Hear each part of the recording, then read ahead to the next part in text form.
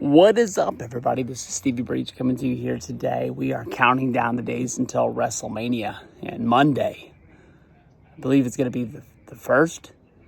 Man, this is the last appearance of John Cena on Monday Night Raw or SmackDown until WrestleMania 41.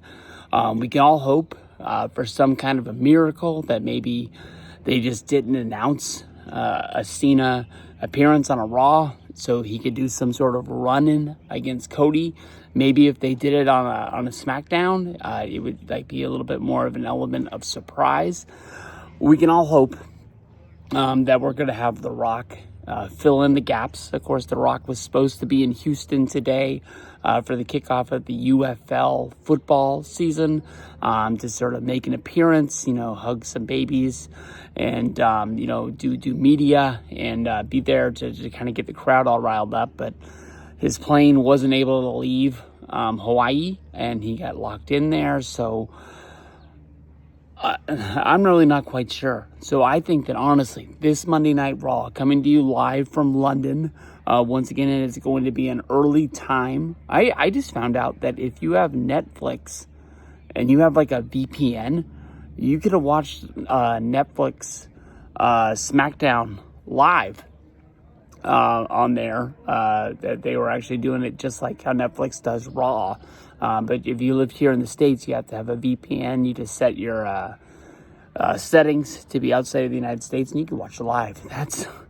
That's damn cool. That more than likely we're probably going to get to the point where WWE, if they can get Netflix to get the SmackDown deal too, just get this live all the time. I'd be watching so much wrestling. I'll tell you that much. That was really, really cool. But London, you're getting a really good, very important episode of Monday Night Raw on Monday. As of right now, the only really thing that I can think of, I don't even think they've announced any matches yet, but just Cena versus Cody. And is he going to be there right out of the gate again? Are they putting a Cena on first on these shows because they know that's what everybody wants to see, and they're thinking they're going to tune in? They normally, if they have something like that, they're sticking it on the main event slot, so you end up tricking yourself into not wanting to miss it, so you end up watching the entire show. So maybe is Cena going in and wanting to be on first so he can get out of there and get back to wherever the heck he's doing. I saw a few shots of him on a movie set and was hoping that he was doing something with the Fast and the Furious guys. He kind of looked like he was dressed up like Uncle Jacob, but haven't seen anything about that in a while. So I don't really know what he's shooting or what he's doing in his little spare time. I'm not trying to knock him or anything like that. The guy should be able to live his life, even if it is just he wants to stay at home with his wife or something like that. But I know that after the Rumble, he said he left to go film a movie in Turkey. Not sure if he's still doing that. That would be a pretty long movie shoot if it was. But we got to see these guys get physical, right? Don't you think that we need to see Cena and Cody in some sort of a knockout draw fight, them battle? And I said last week that I wanted to see them have some sort of a tear apart brawl, much like Brock and Cena did back in 2012, I believe it was. When they were getting ready for the Extreme Rules thing, and Cena was trying to get his comeback for Brock coming in and kicking his ass after WrestleMania 28 on Monday Night Raw, when he made his surprise return to the WWE. But I'm not sure if it has to be a surprise attack from Cena. We've never really seen him like that, where he has to jump somebody from behind to start getting the beat down. But you don't want to see him just walk in there against your number one babyface and just hit the FU on the dude and just say we're done. All right, it's not the FU, it's the attitude adjustment. They changed that a long damn time ago, and I can't remember that. But this is gonna be a special Raw. I think it's gonna start at noon. No, this one starts at 1. Don't listen to me. I'm not 100% sure. I'm gonna have to look it up myself.